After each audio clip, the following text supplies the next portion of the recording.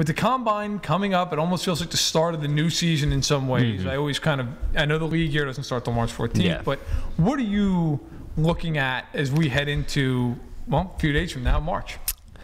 You know, the free agency obviously starting is going to be fun, but the combine, like you said, it's kind of like the official start of the offseason. Like, everybody's into draft talk, everybody's into all this kind of stuff.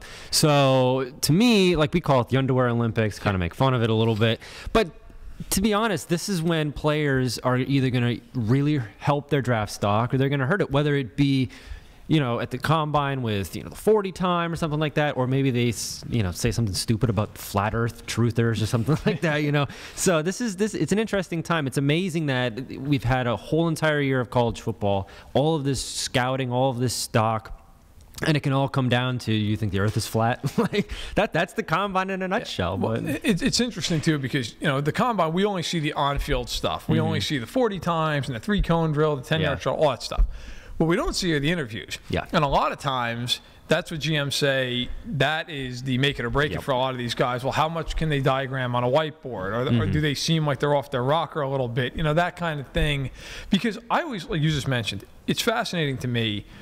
These guys, you know, we only start looking at them for draft this year. But personnel guys have been looking at it for 3 years. Should be 2 years, 3 years, right? Yeah, in Cleveland maybe for a month. But you know, for most teams, these guys have been on boards for years, and so all that tape study, all that time going to the games, area scouts, all the rest of it, and then hey, if you don't run a good 40, you know, you drop 30 spots. Oh man, I find it to be crazy, but the combine, it matters. For better or worse, it absolutely matters. It does. And, I mean, a couple of guys that people are really going to be looking at when the combine starts are the quarterbacks. No question. That's, you know, it's the draft. Everybody gets hyped up about quarterbacks. You've got Josh Rosen, Josh Allen. They're all going to be throwing. Baker Mayfield's going to be throwing.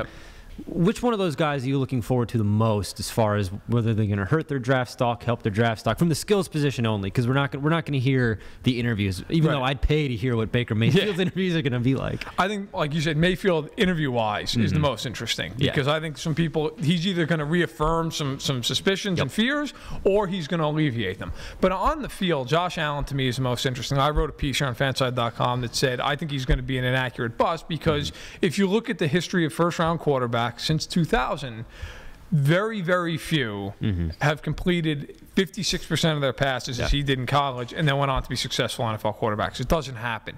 So I'm curious to see, we know he's been working with Jordan Palmer to try to become more accurate, to refine some of his mechanics. Can he show that off in the combine? You know, we have that one drill where the receiver, you know, goes down the sideline. They got to try to stick it on him. These are with guys he's never thrown the ball with before. So if he can show some accuracy, some touch, I think that'll help go a long way toward making the NFL teams feel better about him. If he's really inaccurate, that furthers that notion that, hey, this is a gigantic red flag. Yeah, and with Baker Mayfield, too, it kind of felt like Oklahoma was a trick play offense. So it's not, you always hear these buzzwords like pro-style offense, this kind of stuff. You know, there's always this controversy about the spread in college transferring to the NFL. I feel like Baker Mayfield has a lot to prove with the skills, and he can help his stock more so than I think the other quarterbacks can, just because he can say, hey, look, I have the tools and the skill set to be the quarterback that you need me to be, because you don't really have that tape in college. You have like the Heisman highlight reel and everything like that, which speaks for itself. But of course, we've seen players, you know, Robert Griffin III won the Heisman.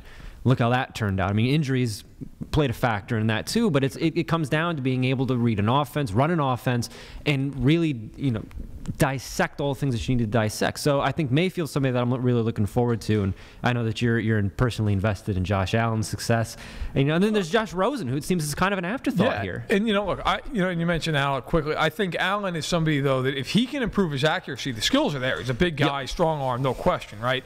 Rosen, to me, is going to shine at this combine because in terms of just purely a passer, he has everything you want. He's got a good arm. He's fairly accurate, 60.7% completion rate, I believe, senior year.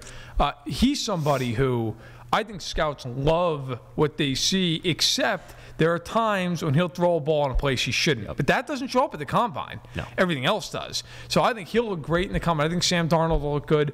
And the other guy we haven't talked about at all, Lamar Jackson, kind of the wild card here. I find Jackson to be fascinating. He's a very athletic kid. He's got, he's not oversized by any stretch. He's a little on the small side, but that's okay.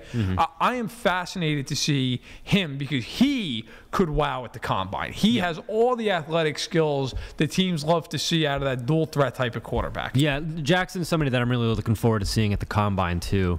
And Saquon Barkley is another name that I think kind of fell off a little bit. He was coming on really strong there in the middle of the college football season with all of the Heisman buzz. Then Penn State kind of fell off. He fell off. That's a name, you talk about guys like the John Rosses of the world who come up out of nowhere and help their draft stock and they end up being busts in the first round.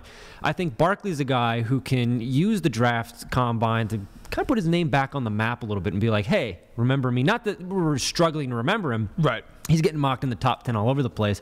But I think for a guy like Barkley, who is a skill position player, the running back, and I think running backs are making a comeback, we kind of saw the pendulum swing from it's a wide receiver league, now it's back to a running back league. Barkley's a guy who I think he can really help his stock if he has a good combine. Yeah, he could. And could Saquon Barkley, one thing, and you mentioned it, like, running backs now, it's evolving from, hey, we want to see you be able to catch the ball, too. You see Le'Veon Bell and David Johnson, guys like that. Kareem Hunt was good. Alvin Kamara, a lot of receptions. So those guys add a whole nother dimension to the offense, especially with the way teams like to play now, which is get the ball out quick and run after catch. So I think you're right. Barkley's interesting. And look, Penn State has had a pretty good history over the years of running backs. Larry Johnson being one. You want to go way back, Franco Harris, Lydell Mitchell. So I think there's some pedigree there that Penn State has always turned out good pros. Yeah. And so I think that helps. And then Darius Geis over at LSU, he's an underrated guy, but if he tests well, I could see him getting into the first round. He's somebody who we're not talking about that much because of Barkley and because running backs, it's just starting to be more in vogue now to pick him a little higher. But he is a very talented back. And another school, of course, LSU, known to pump out a lot of pros. Oh, yeah. So outside of quarterback, and I guess we kind of touched on running back, is there another position at the combine that you're really looking for? Maybe a wide receiver, defense. Nobody ever really talks about defense at the combine. I always like watching the corners. I'm always interested in the corners. And so one guy I want to watch, and I actually wrote another piece about him recently, is Denzel Ward, corner of Ohio State. He's on the fringe of that top 10. Some people think maybe the 49ers would be a good fit. I think Ward would be a really interesting pick because he's not the biggest guy, but if you watch his tape, he's silky smooth. Oh, yeah. He's an aggressive tackler. I think Ward could really fit into the top 10 nicely. And then you get Jackson coming out of Iowa, I believe. Yep, Josh Jackson. Another name to watch. And then you get the safeties. The safeties are kind of interesting to me, too, because that's always a position that it seems every team needs a good safety, and they only come like once every so often. I think the last really good safety that was, Jamal Adams has the chance to be a really good safety. But then it's like Harrison Smith. Is he the last good safety to come out of the draft? And it's like years between those two guys. And we have, there's a couple of safeties that could be going in the first round here. Are you watching any of them? I think the last first rounder top 5 pick for safety, I think, was Eric Berry back in 2010 because Adams was 6. But and by the way, I should mention, I'd be remiss if I didn't Minka Fitzpatrick, of course, Alabama. So look, there's a lot of guys I'm watching. It's always interesting to see who's the guy who jumps the highest, who's the guy who runs the fastest in the 40s in some of these premier positions. Bradley Chubb out of NC State, he could be interesting. So I think there's a lot of options. Yeah, I think the last safety drafted in the first round is actually Mark Barron, because I know the Buccaneers took him, then traded. I think they took him like 7th overall in 2012 or something like that. Then they traded. Now he's a linebacker. So you want to talk about scouts not being able to watch tape. You draft him as a safety, and now all of a sudden he's a linebacker. John Ross is about to be a corner. So, I mean, these things happen.